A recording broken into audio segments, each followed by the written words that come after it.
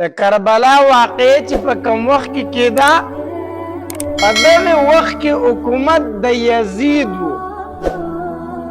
او دا یزید زوی د معاویه رضی الله تعالی عنه دی، او معاویه رضی الله تعالی عنه د لوی شان صحابي دی، کاتب الوحی دی. په نبی علیه الصلاة والسلام باندې چې به وحی نازلېدله، نو د دې قرآن د دې وحی لیکونکي څه صحابه کرام مقرر کړی شو. په هغې صحابه کرامو کې یو معاویه رضی الله تعالی عنه هم و چې ده به دا قرآن لیکو، وحی به یې لیکله. اگر چې پلار یې صحابي و، خو دا زوی داسې صحیح سړی نه و. زه په هغې خلکو باندې تعجب کومه چې هغې د حسین رضی الله تعالی عنه په مقابله کې د یزید فضایل بیانوي. چېرته د نبی علیه الصلاة والسلام نوسې، چېرته د اهل بیتو نه یو ګلاب، او د هغه په مقابل کې بیا د یزید فضایل بیانول، دا یقینا ظلم دی. نو په دغه وخت کې د یزید حکومت و، او دا حکومت په زور باندې اغستی و، او ظلم به په هر چا کو، هر سړی به راته بیعت په ورسره کو د یرې د وجې نه. چا به بیعت نه کو، وجې به نو خلک په دې مجبوره کړو چې راشئ ما بادشاه تسلیم کړئ او زما سره بیعت وکړئ. نمبر د حسین رضی الله تعالی عنه راغی، هغه پسې سوال جواب ولیږل. حسین ته ووایه چې راشي او د یزید په لاس باندې بیعت وکړي او د خپل امیر تسلیم کړي، خپل بادشاهی تسلیم. حسین رضی الله تعالی عنہ د بیعت نه انکار وکړو،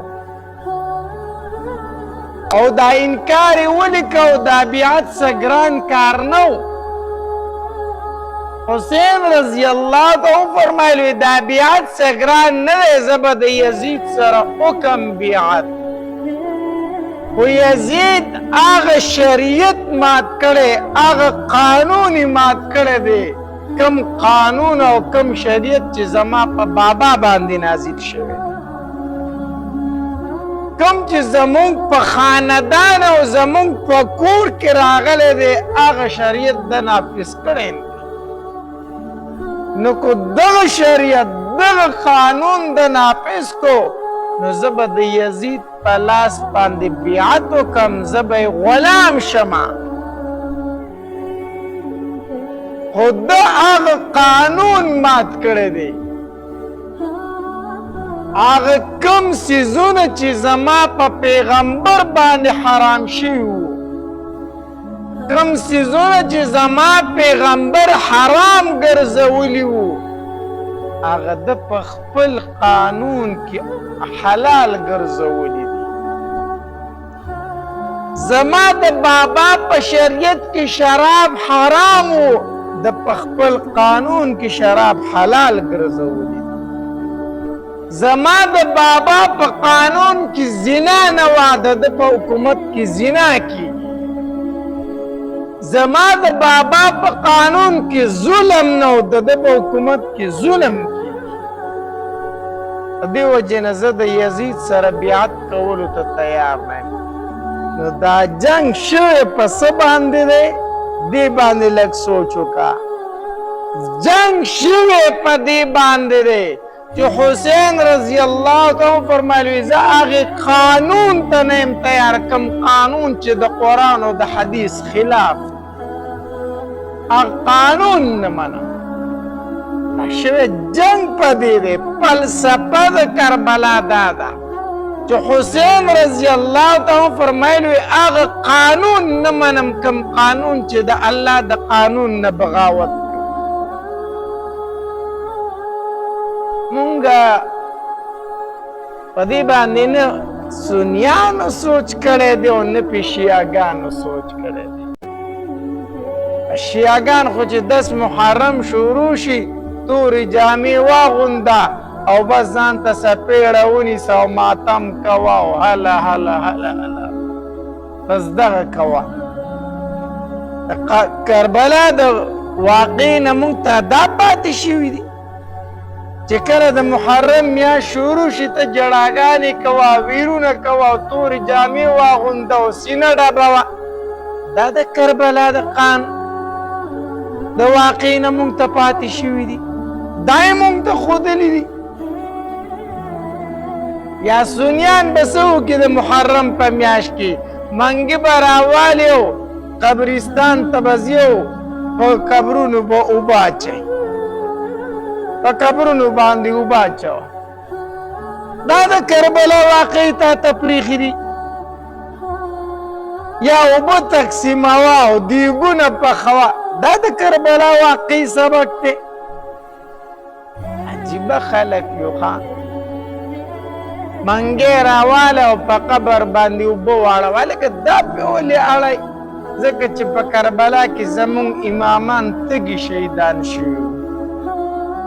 په کربلا کې زمونږ امامان تږي شهیدان شوي وو، نو مونږ ځکه په قبرونو باندې اوبه اړو.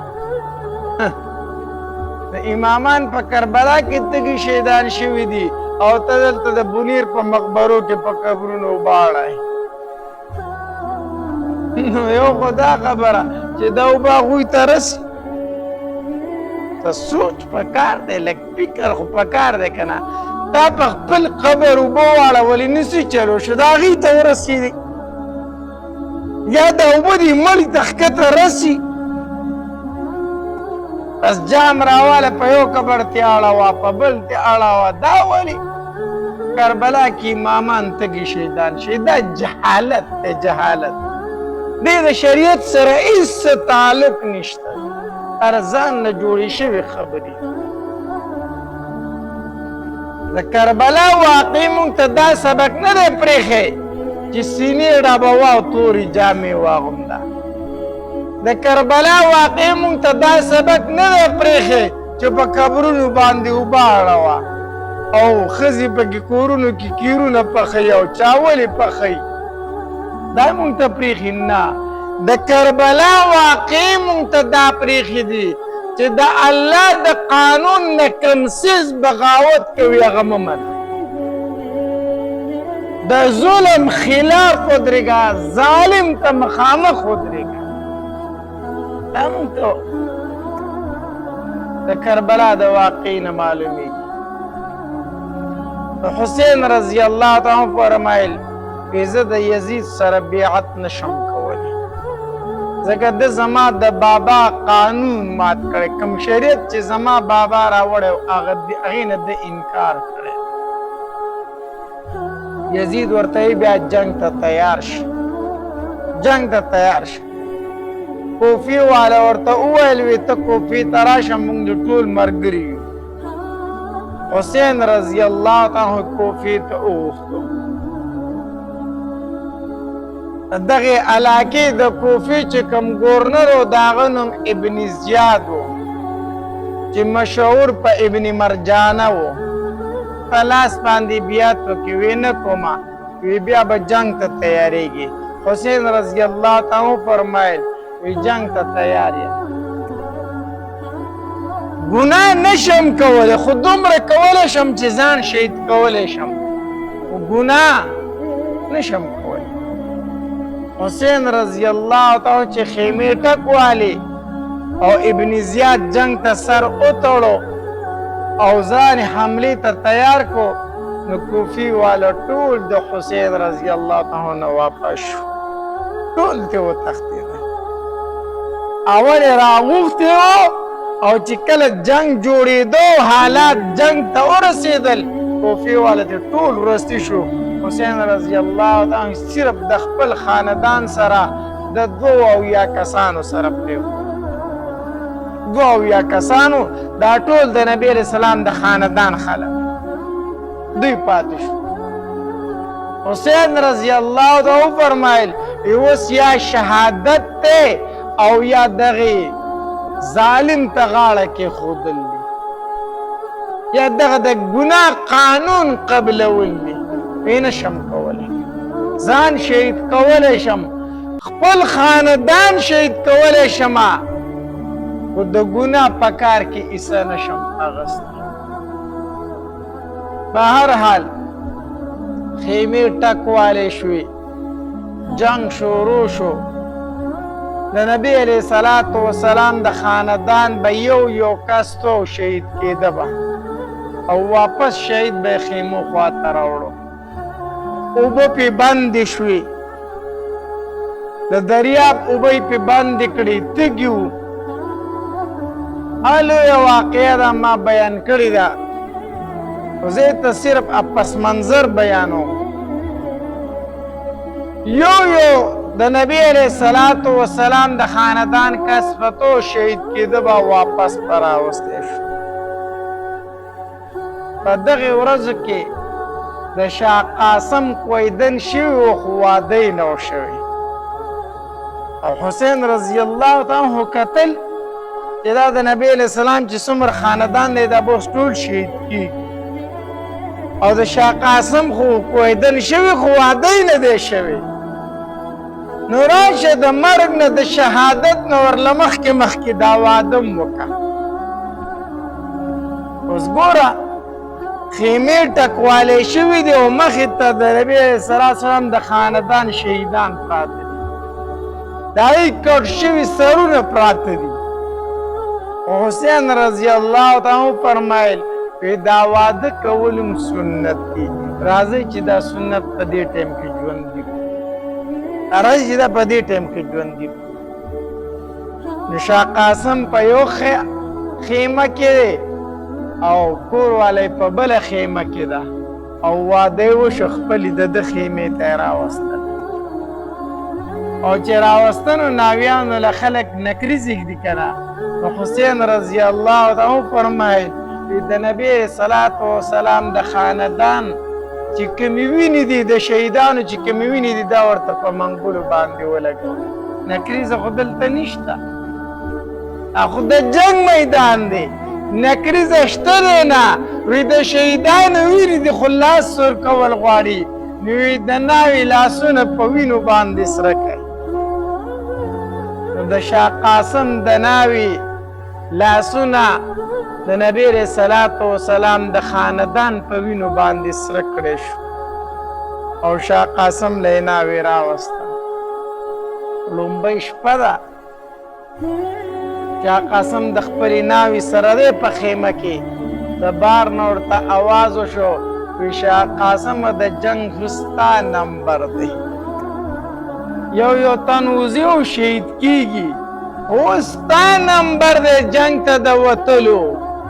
شاه قاسم اسلحه واچوله دکې شانتې بیوي پرېښوده بیبي ورسره سلام یې وکړو په ژړا شوه ورته رخصت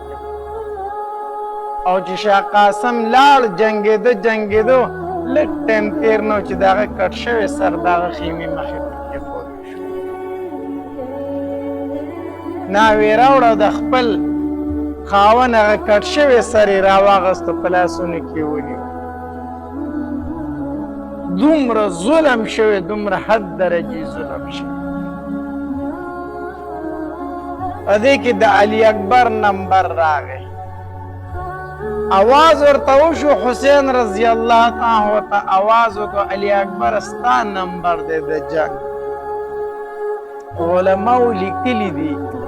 وی علي اکبر ته الله تبارک وتعالی ډېر عجیب حسن ورکړی انتهایی حسن ورته ورکړی و د جنگ چې کوم میدان و پای کې به ټول خلک د حسن په تماشه باندې علي اکبر اسلحه واچوله توره یې راواغسته او میدان ته ووتو جنګېدو حتی در دې پورې چې د علي اکبر نم هغې ظالمانو سر ووه هغه ښایسته حسن هغه کټ شوي سر هغه راوړی شو د نبي علیه صلات وسلام د خاندان د خیمو مخې ته کېښود د حسین رضی الله تعالی نمبر راغی لسم محرم او اوس د حسین رضی الله تعالی د جنگ نمبر دی اخر کې دی پاتې شو چې کله دې جنگ ته روانېدو د یوې خیمې نه ورته آواز وشو وی حسین ته خو جنگ ته وځې خو یو ماشوم پیدا شوی هغه ته احزان کول غواړي خیمه کې یو ماشوم پیدا شوی بانګ ورته ویل غواړي نو حسین رضی الله تعالی راولې ما ته چې زه ورته اذان وکړم نو حسین رضی الله تعالی ماشوم راوړل شو هغه په خپلو لاسو کې داسې واغست او اذان ورته شروع کو نو چې اذان کو په دې دوران کې یو غشی راغی د ماشوم په د مرۍ په د یو طرف ولګېد او بل طرف د هغه په غېږه کې هغه ماشوم شهید شو د مرۍ نه د وینو داسې دارې شروع کړې نو حسین رضی الله تعالی ماشوم داسې کېښودو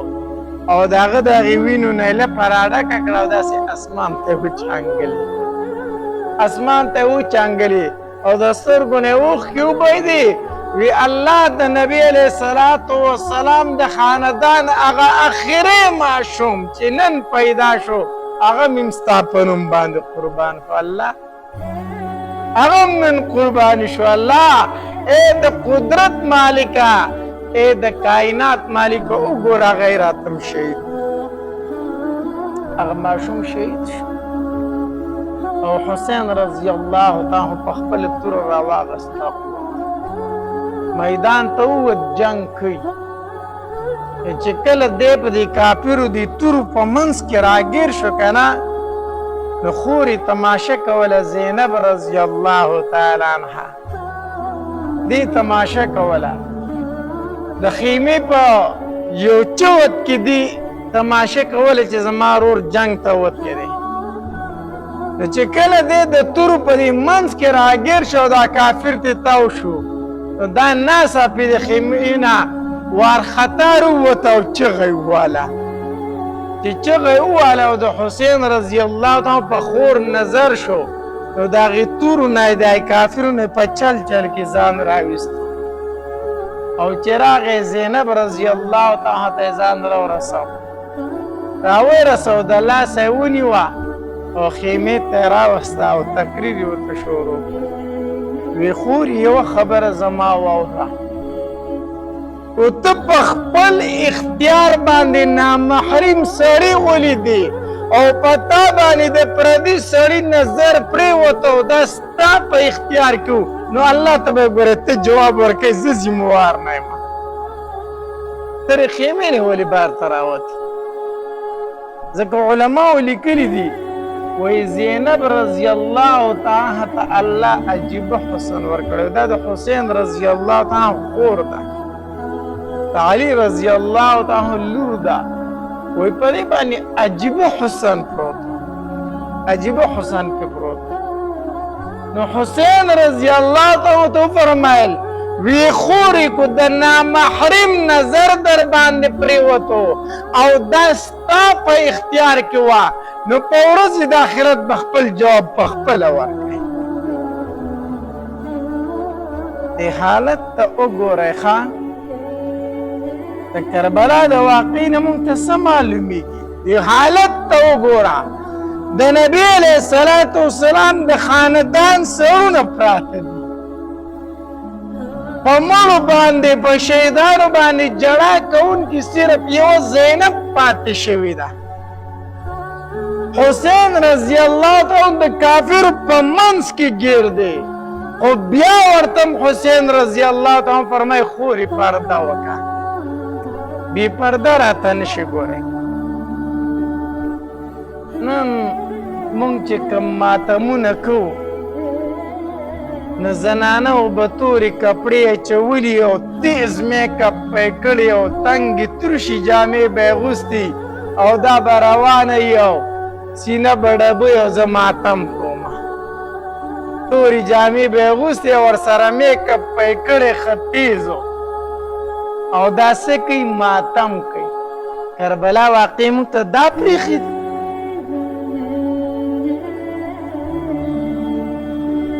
کربلا واقع نه مونږ ته دا سبق میراث شوی دی.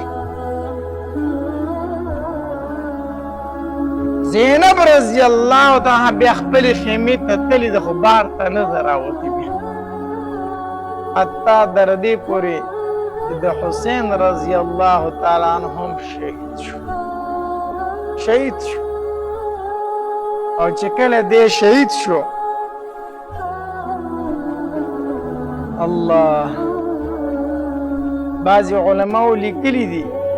دومره ظالمانو چې د حسین رضی الله تعالی دا سر یې په یو مزي کې واچو او د زین العابدین غاړې ته یې ور واچو او داسې روان کړي دي. چې کله هلته ورسېدل د نبی علیه الصلاة والسلام د خاندان زنانه دي او شهیدان سرونه دي. نو چې کله دا د یزید دربار ته ورسېدل نو یزید وی د نبی علیه الصلاة والسلام د خاندان زنانه ماته مخې ته راپېښ کړئ دوی ماته مخې ته پېښ کړئ. نو چې د نبی علیه الصلاة والسلام د خاندان زنانه یزید ته مخامخ پېښ کړی شوې یزید ورته وویلو اوخلیدو د بغاوت انجام زما د بادشاهۍ نه چې چا بغاوت کو نو اوخلیدل څنګه چل مې ورسره وکړو. نو زینب رضی الله تعالی عنها ورته وفرمیل ای یزیده زه افسوس په تا باندې کومه چې میدان محشر وي او د قیامت ورځ وي او نبی علیه الصلاة والسلام ته پیښ شي او نبی علیه الصلاة والسلام درنه د دې خپلو بچو تپوس وکړي چې ته به څه جواب ورکوې. زه حیرانه په دې ما چې ته به په میدان محشر کې زمونږ بابا ته څه جواب ورکوې چې ما حسین ولې شهید کړی دی. دومره د درد او د غم وختو که نه چې روایتو کې راځي وایي د یزید د سترګو نه اوښکې روانې شي اواز یې بند شو حالانکې کړی هم دا کار و خو چې بیا هم دې واقعي ته وکتل د دې خبرې جواب ورسره نه و چې زه به نبي علیه السلام ته څه جواب ورکړم نو د سترګو نه یې اوښکې روانې شوې په ژړا شو. دومره دردناکه واقعه ده غمجنه واقعه ده حالانکې یو طرف ته چې و هغې هم ځان ته مسلمانان وي او بل طرف ته چې و هغې هم ځان ته څه وي مسلمانان وي. یو طرف ته خو یقینا حقیقي مسلمانانو د نبي علیه السلام خاندانو خو هغې بل طرف هم ځان ته مسلمانان وي د اسلام دعوی کوله. ته به اوس تعجب کوي چې مسلمان به مسلمان څنګه وجني دومره ظلم به څنګه کوي نو نن یې کوي که نه کوي. یا ته چې دا ټوپک راوالې او دا کم کس ولي وی زما دشمن دی نو دا مسلمان یې کو کافر یې دا مسلمان نه ته چې په چا ډس کوې ولي یې ولې هغه کافر دی ستا مسلمان نه دی. داسې ښایسته بیانات اورېدلو دپاره زموږ یوټیوب چینل واجد اسلامیک سټوډیو سبسکرایب کړئ. په دې به تاسو ته انشاءالله العزیز ښایسته واقعګانې او بیانات میلاویږي